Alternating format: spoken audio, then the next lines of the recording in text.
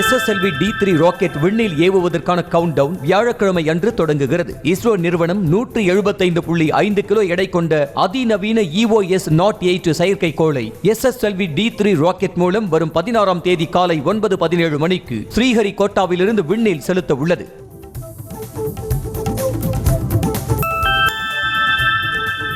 நாட்டின் 78வது சுதந்திர தின விழா பிரதமர் மோடி தலைமையில் கொண்டாடப்படும் என மத்திய அரசு தெரிவித்துள்ளது.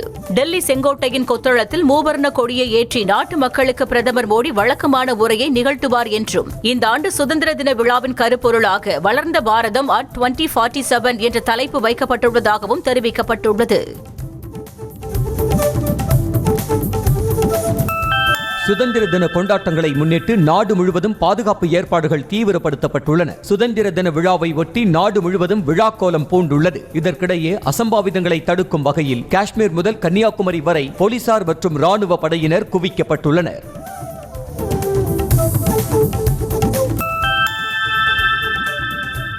சுதந்திர தினத்தை ஒட்டி தமிழ்நாட்டைச் சேர்ந்த 23 காவல் அதிகாரிகளுக்கு குடியரசுத் தலைவர் விருது அறிவிக்கப்பட்டுள்ளது. மேலும் மிகச்சிறப்பாக பணியாற்றிய காவலர்களுக்கான குடியரசுத் தலைவர் விருது தமிழ்நாட்டில் 2 பேருக்கு அறிவிக்கப்பட்டுள்ளது. குடியரசுத் தலைவரின் மெச்சத்தக்க சேவைக்கான விருது தமிழ்நாட்டில் 21 காவலர்களுக்கு அறிவிக்கப்பட்டுள்ளது.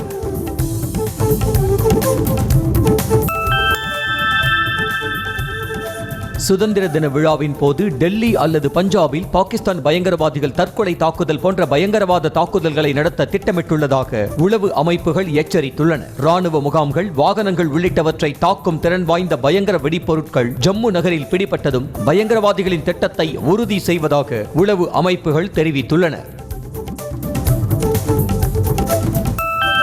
சுதந்திர தினத்தை முன்னிட்டு சென்னை புனித ஜார்ஜ் கோட்டையில் முதலமைச்சர் ஸ்டாலின் வியாழக்கிழமை தேசிய கொடியேற்றுகிறார். முன்னதாக காவல்துறையின் பல்வேறு பிரிவினர் அளிக்கும் அணிவகுப்பு மரியாதையை ஏற்றுக்கொள்வார். சுதந்திர தின உரைக்கு பின்னர் தகைசால் விருது உட்பட பல்வேறு துறைகளில் சிறந்து விளங்கியவர்களுக்கு விருதுகளை வழங்கி பாராட்டுகிறார்.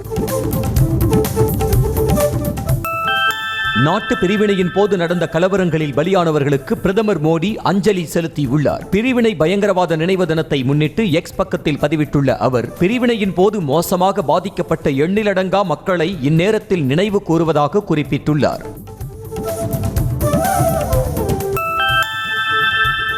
சென்னை ஆளுநர் மாளிகையில் தேச பிரிவினை கொடூரங்களின் நினைவு தின புகைப்பட கண்காட்சியை ஆளுநர் RN ரவி தொடங்கி வைத்தார். தொடர்ந்து தேச பிரிவினை கொடூரங்களை நினைவு கூறும் விதத்திலான காணொளியை வெளியிட்ட அவர் பள்ளி மாணவ மாணவியர்களுடன் புகைப்பட கண்காட்சியை பார்வையிட்டார்.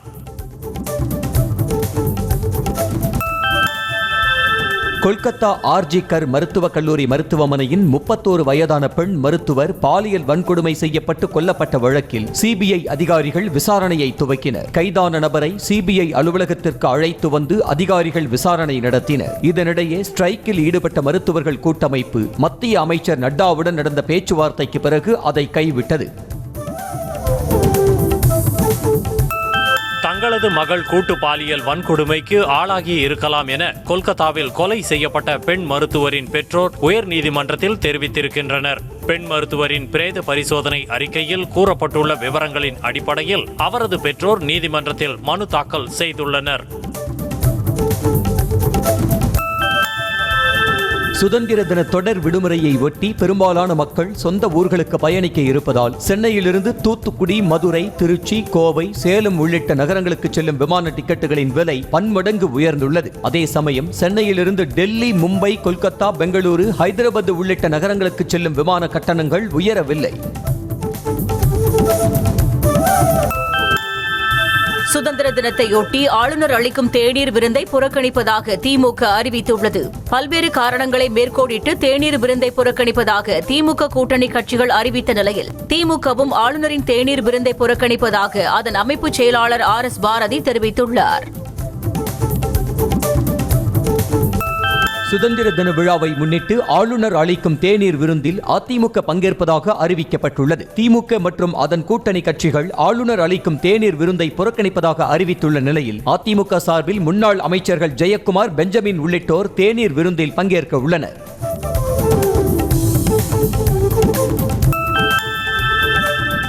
அரசு பாடத்திட்டத்தில் படிக்கும் தனியார் பள்ளி மாணவர்கள் மற்றும் போட்டித் தேர்வர்கள் பயன்படுத்தும் பாட புத்தகங்களின் விலை 40% வரை உயர்த்தப்பட்டதற்கு எதிர்க்கட்சித் தலைவர் EPS கண்டனம் தெரிவித்துள்ளார். விலைவாசி உயர்வினால் மக்கள் சிரமப்படும் சூழலில் எரிகிற தீயில் எண்ணெய் ஊற்றுவது போல் பள்ளி பாட புத்தகங்கள் விலை உயர்த்தப்பட்டிருப்பதாக குற்றம் சாட்டினார். தமிழகத்தில் பாடப்புத்தகங்களின் விலை உயர்த்தப்பட்டிருப்பது குறித்து அமைச்சர் அன்பில் மகேஷ் விளக்கம் அளித்துள்ளார். பாடப்புத்தகத்தின் மேல் அட்டை, காகிதம் மற்றும் அச்சுக்கூலியின் உயர்வு காரணமாகவே விலை உயர்த்தப்பட்டிருப்பதாகவும் லாப நோக்கத்திற்காக பாடப்புத்தகங்களின் விலை உயர்த்தப்படவில்லை என்றும் அவர் தெரிவித்துள்ளார்.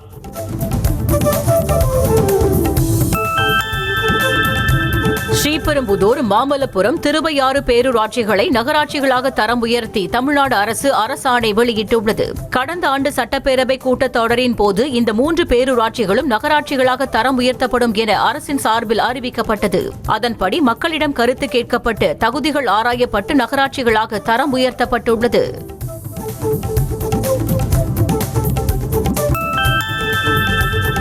தமிழ்நாடு அரசு பணியாளர் தேர்வாணையம் மூலம் நெடுஞ்சாலைத்துறை உதவியாளர் பணியிடங்களுக்கு தேர்வு செய்யப்பட்டவர்களுக்கு முதலமைச்சர் மு.க.ஸ்டாலின் பணி நியமன ஆணைகளை வழங்கினார். TNPSC குரூப் 2A தேர்வு மூலம் தேர்வான 180 பேருக்கு சென்னை தலைமை செயலகத்தில் வைத்து முதலமைச்சர் மு.க.ஸ்டாலின் பணி நியமன ஆணைகளை வழங்கி வாழ்த்து தெரிவித்தார்.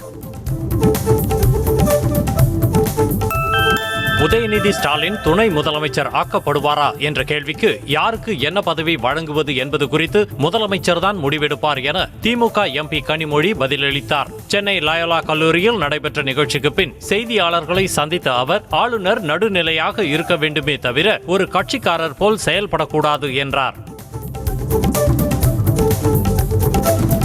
கலைஞர் 100 நாணய வெளியீட்டு விழாவில் தாம் பங்கேற்க உள்ளதாக பாஜக மாநில தலைவர் அண்ணாமலை தெரிவித்துள்ளார். சென்னையில் செய்தியாளர்களிடம் பேசிய அவர், கலைஞர் 100 நாணய வெளியீட்டு விழாவுக்கு முதலமைச்சர் மு.க.ஸ்டாலின் தொலைபேசியில் நேரடியாக தனக்கு அழைப்பு விடுத்ததாகவும், விழாவில் மத்திய அமைச்சர்கள் ராஜ்நாத் சிங்கும் எல் முருகனும் பங்கேற்க உள்ளதாகவும் கூறினார்.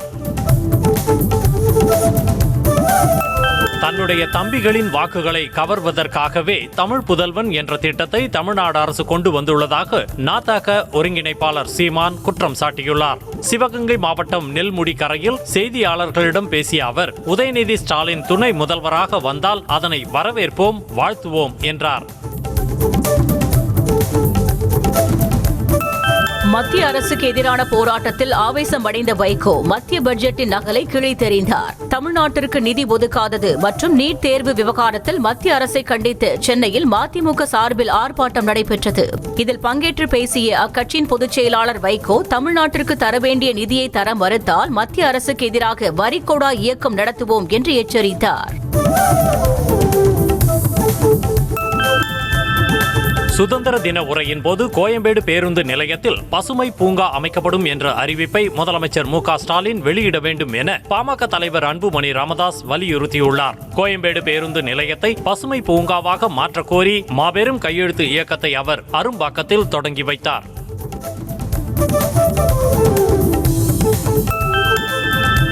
அமலாக்கத்துறை வழக்கில் இருந்து விடுவிக்க மறுத்த முதன்மை அமர்வு நீதிமன்ற உத்தரவுக்கு எதிராக செந்தில் பாலாஜி தாக்கல் செய்த மேல்முறையீட்டு மனு குறித்து பதிலளிக்க அமலாக்கத்துறைக்கு மேலும் 1 வார காலம் அவகாசம் வழங்கி சென்னை உயர்நீதிமன்றம் உத்தரவிட்டுள்ளது. இதனையடுத்து வழக்கு விசாரணை வரும் 21ஆம் தேதிக்கு ஒத்திவைக்கப்பட்டது. ஆம்ஸ்ட்ராங் கொலை வழக்கில் வடசென்னை தாதா நாகேந்திரனுக்கு 3 நாள் போலீஸ் கஸ்டடிக்கு சென்னை எழும்பூர் நீதிமன்றம் அனுமதி அளித்துள்ளது. 7 நாள் காவலில் எடுத்து விசாரிக்க சென்னை செம்பியம் போலீசார் அனுமதி கோரிய நிலையில் 3 நாட்கள் மட்டும் விசாரிக்க அனுமதி கிடைத்திருக்கிறது.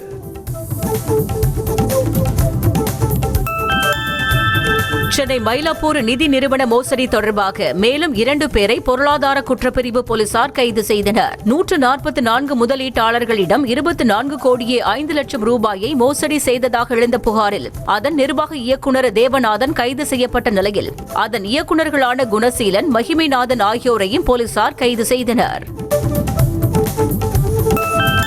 சட்டவிரோத பணப்பரிமாற்ற தடை சட்ட வழக்கில் கைதான ஜாஃபர் சாதிக்கின் சகோதரர் முகமது சலீமை காவலில் எடுத்து விசாரிக்க அமலாக்கத்துறைக்கு நீதிமன்றம் அனுமதி வழங்கியுள்ளது. கஸ்டடி எடுக்க அனுமதி கோரி அமலாக்கத்துறை சார்பில் மனு தாக்கல் செய்யப்பட்ட நிலையில் 7 நாட்கள் விசாரிக்க அனுமதி வழங்கி சென்னை முதன்மை அமர்வு நீதிமன்றம் உத்தரவிட்டுள்ளது.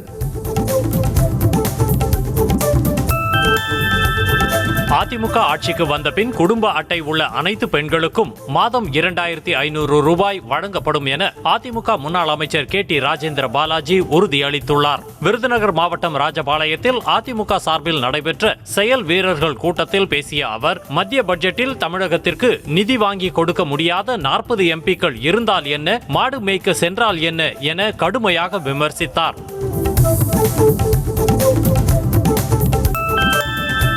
திருச்சி மாவட்ட காவல் கண்காணிப்பாளர் வருண்குமார் குறித்து தகாத வார்த்தைகளில் பேசி கொலை மிரட்டல் விடுத்ததாக நாத்தக்க ஒருங்கிணைப்பாளர் சீமான் உள்ளிட்ட 22 பேர் மீது 8 பிரிவுகளின் கீழ் திருச்சி போலீசார் வழக்கு பதிவு செய்தனர். மேலும் SP வருண்குமார் மற்றும் அவரது குடும்பத்தினரை மிரட்டும் வகையில் சமூக வலைதளங்களில் ஆபாச கருத்துகள் பதிவிட்டதாக இருவரை போலீசார் கைது செய்தனர்.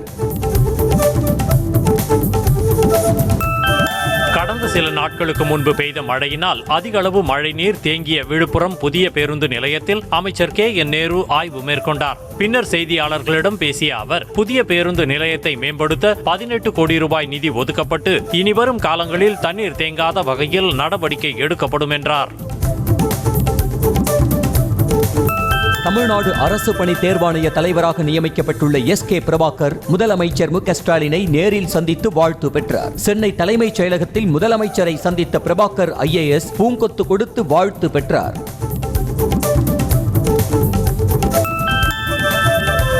சென்னை திருவல்லிக்கேணி காவல் துணை ஆணையராக செல்வ நாகரத்தினம் பதவியேற்றுக் கொண்டார். கடந்த வாரம் தமிழ்நாடு முழுவதிலும் பல்வேறு காவல்துறை அதிகாரிகளையும் பணியிட மாற்றம் செய்து உத்தரவிடப்பட்டது. அதன்படி வண்டலூர் பூனமாஞ்சேரி தமிழ்நாடு போலீஸ் அகாடமி SP-யான செல்வ நாகரத்தினம் திருவல்லிக்கேணி காவல் துணை ஆணையராக மாற்றப்பட்டார்.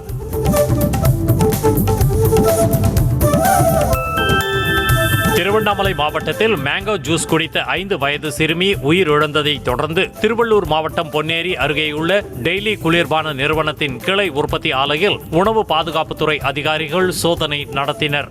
அப்போது குளிர்பான மாதிரிகளை சேகரித்த அதிகாரிகள் அவற்றை பகுப்பாய்வு கூடத்திற்கு அனுப்பி வைத்தனர். அறநிலையத்துறை மதுரை மண்டல அலுவலரை போக்சோ அதிகாரி என சமூக வலைதளங்களில் பதிவிட்ட முன்னாள் செயல் அலுவலரை போலீசார் கைது செய்தனர். ஸ்ரீவில்லிபுத்தூர் மடவார் வளாகம் வைத்தியநாத சுவாமி கோவில் செயல்நிலை அலுவலராக பணியாற்றி வந்த ஜவஹரை மண்டல அலுவலர் செல்லத்துறை டிஸ்மிஸ் செய்ததாகவும், அந்த ஆத்திரத்தில் ஜவஹர் சமூக வலைதளத்தில் அவதூறாக பதிவிட்டதாகவும் கூறப்படுகிறது. கொல்லிமலையில் உள்ள மகேந்திர வனம் என்ற ரிசார்ட்டிற்கு கேட்டரிங் பயிற்சிக்கு சென்ற 17 வயது மாணவி நிர்வாண நிலையில் கழிவறையில் மூச்சு பேச்சில்லாமல் உயிரிழந்து கிடந்தது அதிர்ச்சியை ஏற்படுத்தியுள்ளது.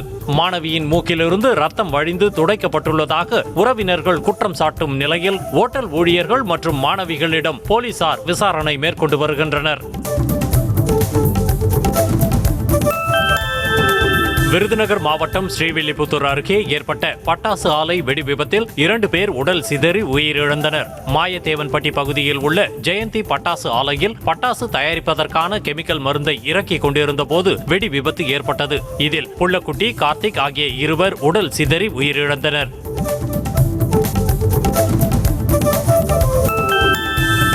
ஜம்மு காஷ்மீரின் தோடா மாவட்டத்தில் பாதுகாப்பு படையினருக்கும் பயங்கரவாதிகளுக்கும் இடையே நடந்த என்கவுண்டரில் ராணுவ கேப்டன் தீபக் சிங் வீரமரணம் அடைந்தார். பாதுகாப்பு படையினரின் பதில் தாக்குதலில் பயங்கரவாதிகள் 4 பேர் கொல்லப்பட்டனர். வீரமரணம் அடைந்த ராணுவ கேப்டன் ராஷ்டிரிய ரைபிள்ஸ் படைப்பிரிவை சேர்ந்தவர் என ராணுவ அதிகாரிகள் தெரிவித்தனர்.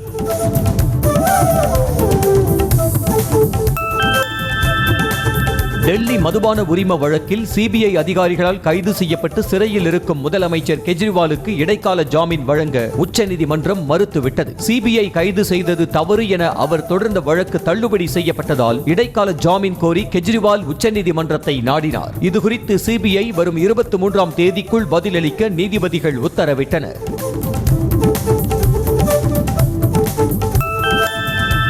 யூனியன் பிரதேசமான ஜம்மு காஷ்மீரில் சட்டப்பேரவை தேர்தல் நடத்துவதற்கான அறிவிப்பை இந்திய தேர்தல் ஆணையம் அடுத்த வாரம் வெளியிடும் என தகவல் வெளியாகியுள்ளது. இதன் முன்னோட்டமாக ஜம்மு காஷ்மீரில் உள்ள பாதுகாப்பு நிலவரம் குறித்து மத்திய உள்துறை செயலாளர் அஜய்குமார் பல்லாவிடம் தேர்தல் ஆணைய அதிகாரிகள் முக்கிய ஆலோசனை நடத்தினர். கேரள கேரள மாநிலம் வயநாட்டில் மீண்டும் கனமழை பெய்ததால் மீட்பு பணிகளில் தொய்வு ஏற்பட்டது. நிலச்சரிவு ஏற்பட்டு 15 நாட்களுக்கு மேலாக மீட்பு பணிகள் நடைபெற்று வரும் சூழ்நிலையில் சூரல் மலையில் நடந்து செல்வதற்காக அமைக்கப்பட்ட தற்காலிக பாலமும் வெள்ளத்தில் அடித்து செல்லப்பட்டதால் மீட்பு படையினர் திணறி வருகின்றனர். குழந்தைகளுக்கு எதிராக பாலியல் ரீதியான துன்புறுத்தல்களில் ஈடுபடும் பெண்கள் மீதும் போக்சோ வழக்கு பதிவு செய்யலாம் என டெல்லி உயர்நீதிமன்றம் அதிரடியாக உத்தரவிட்டுள்ளது. போக்சோ சட்டத்தில் குறிப்பிடப்பட்டுள்ள நபர் என்பது ஆண், பெண் என இரு பாலரையும் குறிப்பிடுவதாக நீதிபதிகள் தெரிவித்துள்ளனர்.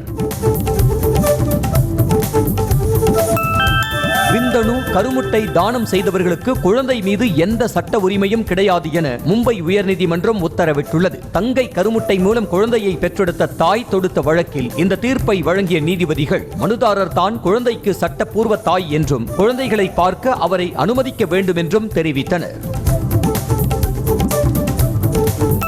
சிலந்தியாற்றில் தடுப்பணை கட்ட முன் அனுமதி பெற்றுள்ளீர்களா என கேரள அரசுக்கு தென்மண்டல தேசிய பசுமை தீர்ப்பாயம் கேள்வி எழுப்பியுள்ளது. பாம்பாறு துணை படுகையில் கேரள அரசு இதுவரை கட்டியுள்ள தடுப்பணைகள் எத்தனை, இனிமேல் எத்தனை தடுப்பணைகள் கட்டுவதற்கு திட்டமிட்டுள்ளது என்பது குறித்து விரிவாக அறிக்கை சமர்ப்பிக்கவும் கேரள அரசுக்கு உத்தரவிடப்பட்டுள்ளது.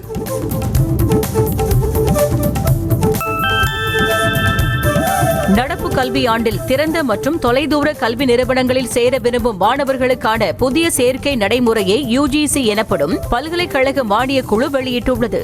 எந்தெந்த உயர்கல்வி நிறுவனங்களில் தொலை தொடர்பு மற்றும் திறந்த பாடத்திட்டங்களில் சேரலாம் என்பது UGC-யின் இணையதளத்தில் வெளியிடப்பட்டுள்ளது.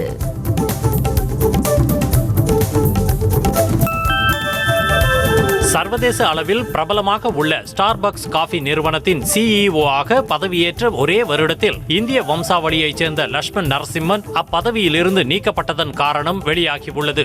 அவர் நியமிக்கப்பட்டதில் இருந்தே ஸ்டார்பக்ஸ் பங்குகளின் மதிப்பு குறைந்து விற்பனையும் சரிந்ததால் தான் அவர் பதவியிலிருந்து நீக்கப்பட்டதாக தெரிகிறது.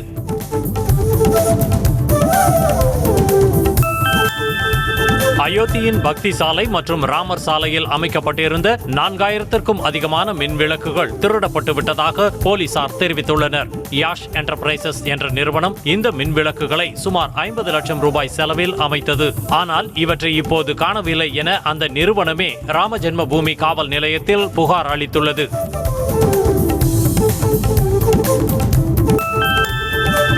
போர்ஷ் காரின் எக்ஸாஸ்டில் சிகரெட்டை பற்ற வைக்க முயற்சிக்கும் இளைஞரின் வீடியோ காண்போரை திகைக்க வைத்துள்ளது. சிகரெட்டை பற்ற வைக்க சிறந்த வழி எது என்று தலைப்பிட்டு ஹைதராபாத்தைச் சேர்ந்த ஆசாத் கான் தனது இன்ஸ்டா பக்கத்தில் வீடியோவை பகிர்ந்துள்ளார். இந்த வீடியோ 10 லட்சத்திற்கும் அதிகமான பார்வைகளை கடந்த நிலையில் பல்வேறு விமர்சனங்களை பெற்றுள்ளது.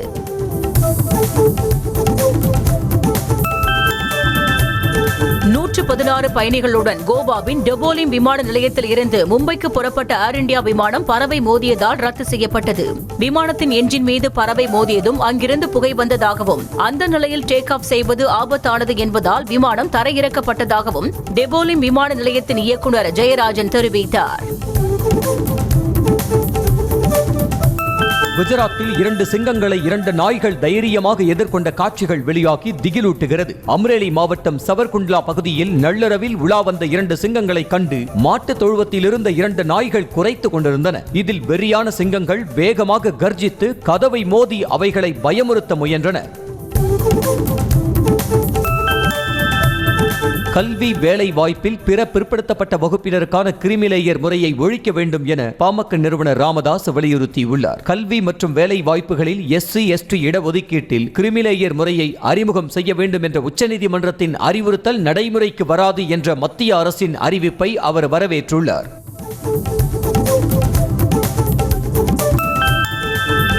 திருப்பத்தூர் மாவட்டம் ஆம்பூரில் நடைபெற்ற திருமண விழாவில் திமுக MP கதிர் ஆனந்தும் அதிமுக முன்னாள் அமைச்சர் KC வீரமணியும் சுமார் 1 மணி நேரம் தனி அறையில் சந்தித்து பேசினர். பிரபல தொழிலதிபர் ஃபரிதா பாபு இல்ல திருமண விழாவில் கலந்து கொண்டு மணமக்களை வாழ்த்திய பின்னர் இந்த சந்திப்பு நடைபெற்றது.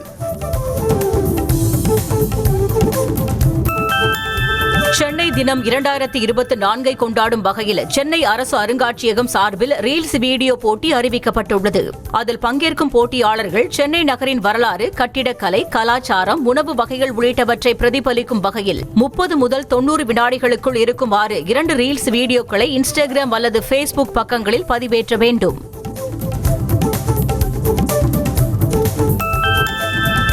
மலேசியாவிலிருந்து திருச்சிக்கு பெண் பயணி கடத்தி வந்த 2 கிலோ 29 கிராம் தங்கத்தை வான் நுண்ணறிவு பிரிவு சுங்கத்துறை அதிகாரிகள் பறிமுதல் செய்தனர். கோலாலம்பூரிலிருந்து ஏர் ஏசியா விமானத்தில் திருச்சி வந்த பயணிகளிடம் அதிகாரிகள் சோதனை மேற்கொண்டனர். அப்போது வளையல், மோதிரம், செயின் உள்ளிட்ட 1.5 கோடி ரூபாய் மதிப்பிலான தங்கத்தை கடத்தி வந்தது தெரிய வந்தது.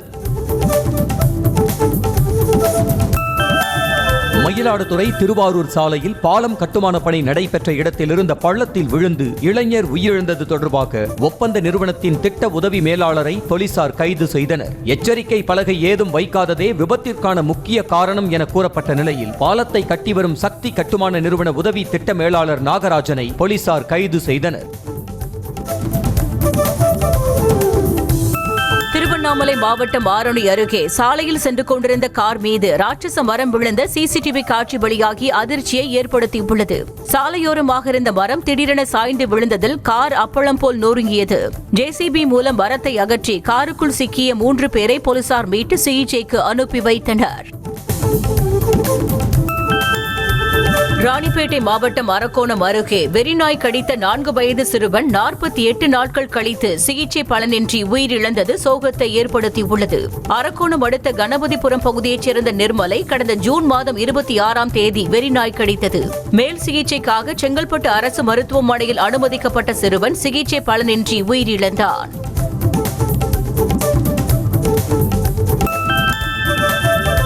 நீதிமன்றம் விதித்த நூதன தண்டனையின்படி ஐடிஐ படித்து வரும் மாணவன் திருச்சி ஸ்ரீரங்கத்தில் போக்குவரத்தை சீரமைக்கும் பணியில் ஈடுபட்டான். வழிப்பறி வழக்கில் கைது செய்யப்பட்ட 17 வயது மாணவன் ஸ்ரீரங்கத்தில் 15 நாட்கள் தங்கி தினமும் 8 மணி நேரம் போக்குவரத்தை சீரமைக்க வேண்டும் என நீதிபதி உத்தரவிட்டார். அதன்படி மாணவன் காவலர்களோடு சேர்ந்து போக்குவரத்தை சரி செய்யும் பணியில் ஈடுபட்டான்.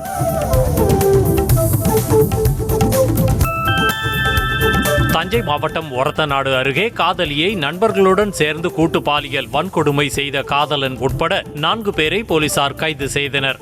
உடைந்த பீர் பாட்டில் மற்றும் கத்தியை காட்டி மிரட்டி இளம் பெண்ணை பாலியல் வன்கொடுமை செய்ததோடு அதனை மொபைலில் படம் பிடித்ததாகவும் அதிர்ச்சி புகார் எழுந்துள்ளது.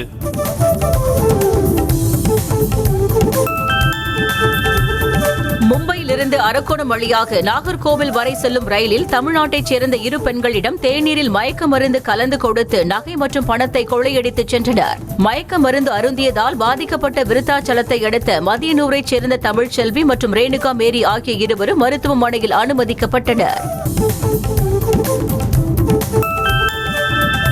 தேனி போடிநாயக்கனூரில் மேற்கு தொடர்ச்சி மலை பகுதிகளில் விடிய விடிய பெய்த கனமழை காரணமாக அணைப்பிள்ளையார் நீர்வீழ்ச்சியில் 2வது நாளாக வெள்ளப்பெருக்கு ஏற்பட்டது. அணைப்பிள்ளையார் நீர்வீழ்ச்சியில் தடுப்பணைகளை தாண்டி வெள்ளம் பாய்ந்து செல்வதால் தடுப்பணை பகுதியில் இறங்கவும் குளிக்கவும் தடை விதிக்கப்பட்டுள்ளது.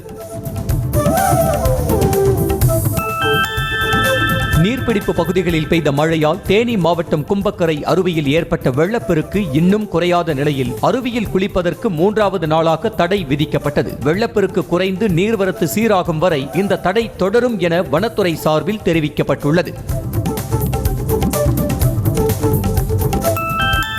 திருவண்ணாமலை மாவட்டம் வந்தவாசி அருகே கனமழையால் 300 ஏக்கரில் நெற்பயிர்கள் சேதமடைந்தன. வந்தவாசியை அடுத்த வழூர் மற்றும் சுற்றுவட்டார கிராமங்களில் நெற்பயிர்கள் அறுவடைக்கு தயாராக இருந்த நிலையில் கனமழையால் நீரில் மூழ்கியது.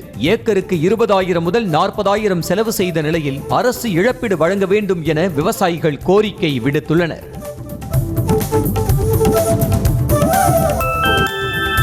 கடலூர் மாவட்டம் விருத்தாச்சலத்தில் நெல் மூட்டைகளை ஏற்றிச் சென்ற லாரி கவிழ்ந்ததில் ஓட்டுநர் காயமடைந்தார். திருவண்ணாமலையிலிருந்து திருவாரூர் நோக்கி 15 டன் நெல் மூட்டைகளை ஏற்றிச் சென்ற லாரி விருத்தாச்சலம் பாலக்கரை சந்திப்பு பகுதியில் வளைவில் திரும்பும் போது நிலை தடுமாறி கவிழ்ந்தது. இதனால் அப்பகுதியில் சிறிது நேரம் போக்குவரத்து தடைப்பட்டது.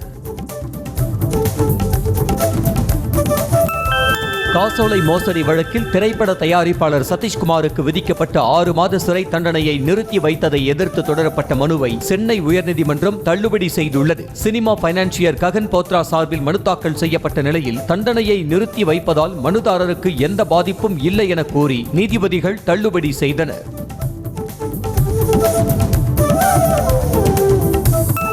விருதுநகர் மாவட்டம் ராஜபாளையம் அருகே சென்னாக்குளம் பகுதியில் உள்ள அரசு கலை மற்றும் அறிவியல் கல்லூரிக்கு கூடுதல் பேருந்துகளை இயக்க கோரி மாணவ மாணவிகள் சாலை மறியல் போராட்டத்தில் ஈடுபட்டனர். போலீசார் வற்புறுத்தியும் மாணவர்கள் கலைந்து செல்ல மறுத்ததால் போலீசாருக்கும் மாணவர்களுக்கும் இடையே கடும் வாக்குவாதம் ஏற்பட்டது.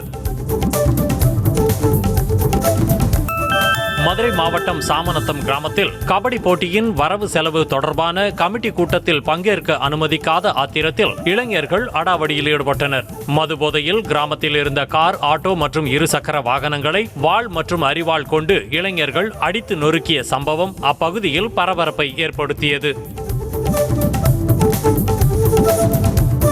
புதுச்சேரியிலிருந்து இருசக்கர வாகனத்தில் மதுபானங்களை கடத்தி வந்த 2 இளைஞர்களை கடலூர் போக்குவரத்து காவல்துறையினர் கைது செய்தனர். சிதம்பரத்தைச் சேர்ந்த அஜய், குர்ஷித் என்ற அந்த இருவரிடமிருந்து 10,000 ரூபாய் மதிப்பிலான 48 மது பாட்டில்கள் பறிமுதல் செய்யப்பட்டன.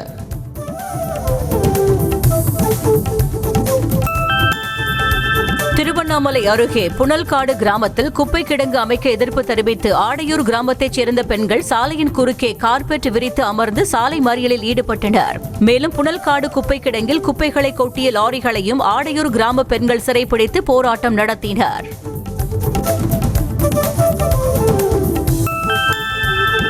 ஈரோடு மாவட்டம் தாளவாடி அருகே வனப்பகுதியிலிருந்து 60 கிலோ எடையுள்ள 2 யானை தந்தங்களை கடத்த முயன்ற நபரை போலீசார் கைது செய்தனர். பாசக்குட்டை என்ற இடத்தில் சந்தேகப்படும்படியாக நின்றிருந்த துரைசாமி என்பவரிடம் விசாரணை நடத்தியதில் அவர் மறைத்து வைத்திருந்த 2 யானை தந்தங்களை கண்டுபிடித்து போலீசார் பறிமுதல் செய்தனர். வெளிமாவட்ட வட்டாட்சியர்களை காஞ்சிபுரம் மாவட்டத்தில் பணி அமர்த்துவதை கண்டித்து பணிகளை புறக்கணித்து ஆட்சியர் அறையை முற்றுகையிட்டு அரசு அதிகாரிகள் தர்ணா போராட்டத்தில் ஈடுபட்டனர். அப்போது துணை வட்டாட்சியர் பயிற்சி பெற்று வட்டாட்சியராக பதவி உயர்வு பெறுவதற்கு சொந்த மாவட்டத்தில் பலர் காத்திருக்கும் நிலையில் மாவட்ட நிர்வாகம் இத்தகைய போக்கை கடைபிடிப்பதாக குற்றம் சாட்டினர். குமரி மாவட்டம் செம்பருத்தி விளையில் பெய்த கனமழையால் அங்குள்ள வீட்டின் பக்கவாட்டு சுவர் இடிந்து வெள்ள நீர் வீட்டிற்குள் புகுந்தது.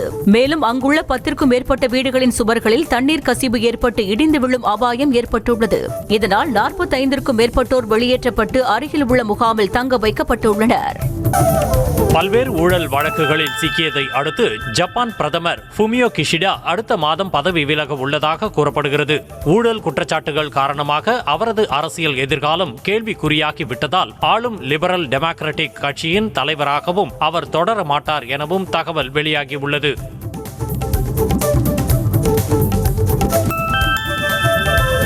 ரஷ்யா போர் நிறுத்தத்திற்கு ஒப்புக்கொண்டால் அந்நாட்டுக்குள் ஊடுருவுவதை நிறுத்திக் கொள்வதாக உக்ரைன் அறிவித்துள்ளது. ரஷ்யாவின் குர்ஸ்க் பிராந்தியத்தில் ஊடுருவிய உக்ரைன் ராணுவம் சுமார் 1000 சதுர கிலோமீட்டர் நிலப்பரப்பை கட்டுப்பாட்டில் கொண்டு வந்திருப்பதாக கூறப்படுகிறது. எனினும் ரஷ்ய பகுதிகளை கட்டுப்பாட்டில் வைத்திருப்பதில் விருப்பமில்லை என உக்ரைன் தெரிவித்துள்ளது.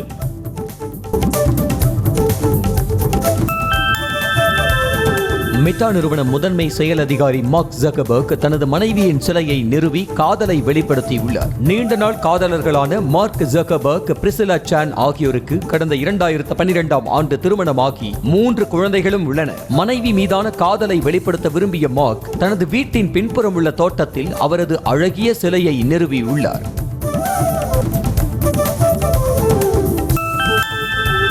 பாரிஸ் ஒலிம்பிக் போட்டிகளுக்காக இந்திய பேட்மிண்டன் வீரர்களுக்கு மத்திய அரசு தலா 1.5 கோடி ரூபாய் வழங்கியதாக வெளியான தகவலுக்கு பேட்மிண்டன் வீராங்கனை அஸ்வினி பொன்னப்பா மறுப்பு தெரிவித்துள்ளார். இது தொடர்பாக அவர் வெளியிட்டுள்ள எக்ஸ் பதிவில், உண்மையை சரியாக பெறாமல் எப்படி இதுபோன்ற தகவலை வெளியிட முடியும் என்றும் இப்படி ஒரு பொய்யை எவ்வாறு கூறலாம் எனவும் கேள்வி எழுப்பியுள்ளார்.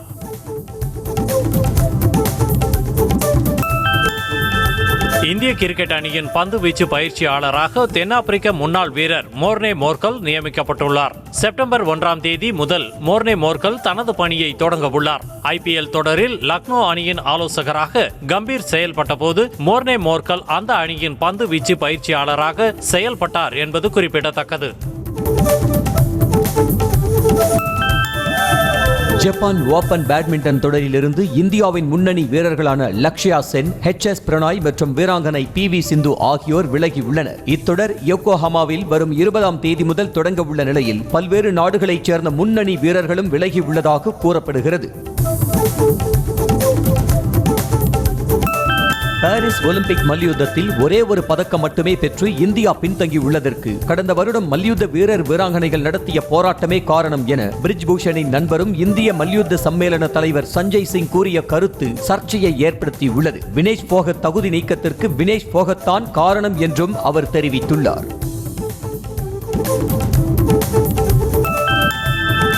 இந்தியாவில் அடுத்த மாதம் நடைபெறும் வங்கதேசத்திற்கு எதிரான டெஸ்ட் தொடரில் இந்திய முன்னணி வேகப்பந்து வீச்சாளரான பும்ராவுக்கு ஓய்வு அளிக்க பிசிசிஐ முடிவெடுத்திருப்பதாக தகவல் வெளியாகியுள்ளது. வங்கதேச தொடருக்கு பின்னர் வரும் நியூசிலாந்து, ஆஸ்திரேலியா அணிகளுக்கு எதிரான டெஸ்ட் தொடரில் பும்ராவை முழுமையாக ஆட வைக்க பிசிசிஐ திட்டமிட்டிருப்பதாக கூறப்படுகிறது.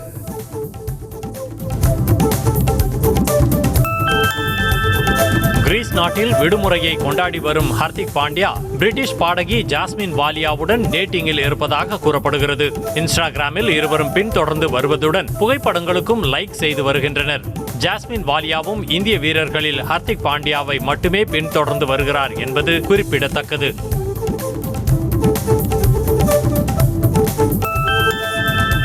ஆப்பிரிக்க நாடான போட்ஸ்வானாவிற்காக முதல் ஒலிம்பிக் தங்கப் பதக்கத்தை வென்று நாடு திரும்பிய தடகள வீரர் லெட்சில் டொபோகோவிற்கு உற்சாக வரவேற்பு அளிக்கப்பட்டது. பாரிஸ் ஒலிம்பிக் ஆடவர் 200 மீட்டர் ஓட்ட பந்தயத்தில் போட்ஸ்வானாவைச் சேர்ந்த 21 வயது லெட்சில் டொபோகோ 19.46 வினாடிகளில் இலக்கை கடந்து தங்கப் பதக்கம் வென்றது குறிப்பிடத்தக்கது.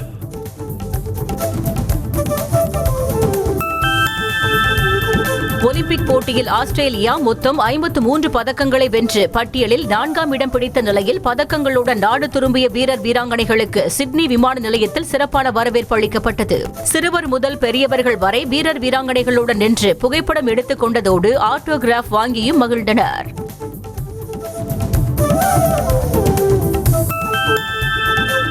சுதந்திர தினத்தை முன்னிட்டு நடிகர் சிவகார்த்திகேயன் ராணுவ வீரராக நடித்துள்ள அமரன் படத்தின் பிரத்யேக மேக்கிங் வீடியோவை படக்குழு வெளியிட்டுள்ளது. கமல்ஹாசனின் ராஜ்கமல் பிலிம்ஸ் நிறுவன தயாரிப்பில் சிவகார்த்திகேயன், சாய் பல்லவி உள்ளிட்டோர் நடித்துள்ள அமரன் படம் தீபாவளி ரிலீஸாக திரையரங்குகளில் வெளியாக உள்ளது.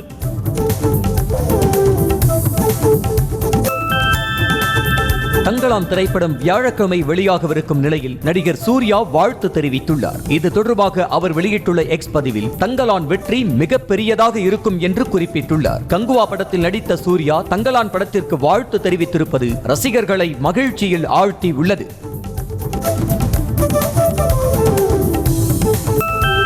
கங்கனா ரனாவத்தின் எமர்ஜென்சி பட ட்ரெய்லர் வெளியானது. இதனை கங்கனா ரனாவத் தனது இன்ஸ்டாகிராம் பக்கத்தில் பகிர்ந்துள்ளார். அதனுடன் இந்தியாதான் இந்திரா அண்ட் இந்திராதான் இந்தியா, நம் நாட்டு வரலாற்றில் மிகவும் சக்தி வாய்ந்த பெண் என்றும் பதிவிட்டுள்ளார். இப்படம் அடுத்த மாதம் 6ஆம் தேதி வெளியாகும் என்று படக்குழு அறிவித்துள்ளது.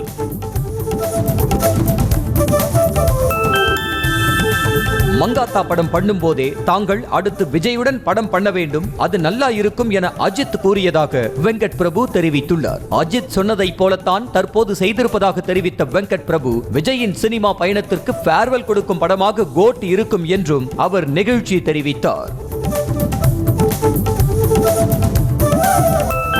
கோப்ரா படத்தின் ஃபிளாப் குறித்து இயக்குனர் அஜய் ஞானமுத்து மௌனம் கலைத்துள்ளார். இது தொடர்பாக அவர், நான் தயாரிப்பாளரிடம் ஒரு கதையை சொன்னதாகவும் ஆனால் அவர் வேறொரு கதையை சொல்லி அதை படமாக்க சொன்னார் எனவும் தெரிவித்துள்ளார். அந்த கதையை தான் ஏற்றுக்கொண்டதுதான் மிகப்பெரிய தவறு என்று அஜய் ஞானமுத்து தெரிவித்துள்ளார். தேவரா பாகம் 1 படத்தில் ஜூனியர் NTR தனது படப்பிடிப்பு பகுதியை முடித்திருப்பதாக அறிவித்துள்ளார். இயக்குனர் கொரட்டலா சிவா இயக்கத்தில் உருவாகி வரும் தேவரா பாகம் 1 படத்தில் கதாநாயகியாக ஜான்வி கபூரும், பிரகாஷ் ராஜ், சையப் அலிகான் முக்கியமான கதாபாத்திரங்களில் நடித்துள்ளனர். இப்படம் வருகிற செப்டம்பர் 27ஆம் தேதி திரையரங்குகளில் வெளியாக உள்ளது.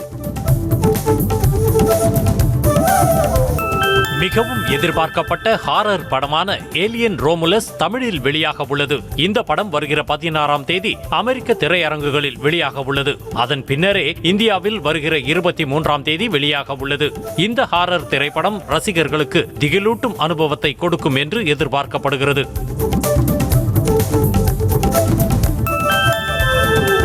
பிரபல ஹெட்போன்ஸ் நிறுவனங்களில் ஒன்றான நாய்ஸ் தனது பட்ஸ் N1 Pro மாடலை இந்தியாவில் அறிமுகம் செய்தது. இந்த இயர்பட்ஸ் விலை 1499 ரூபாயாக நிர்ணயம் செய்யப்பட்டுள்ளது. 10 நிமிடங்கள் சார்ஜ் செய்தால் 200 நிமிடங்கள் வரை நாய்ஸ் பட்ஸ் N1 Pro இயங்கும் என தெரிவிக்கப்பட்டுள்ளது. ஜாவா பைக் நிறுவனம் இந்தியாவில் ஜாவா 42 என்ற புதிய மாடல் பைக்கை அறிமுகம் செய்துள்ளது. இந்த பைக்குகள் 18 வகை வேரியன்ட்களிலும் 14 வண்ணங்களிலும் விற்பனைக்கு வந்துள்ளன. இந்த பைக் 1,73,000 ரூபாயிலிருந்து அதிகபட்சமாக 1,98,000 ரூபாய் வரை விற்பனை செய்யப்படுகிறது.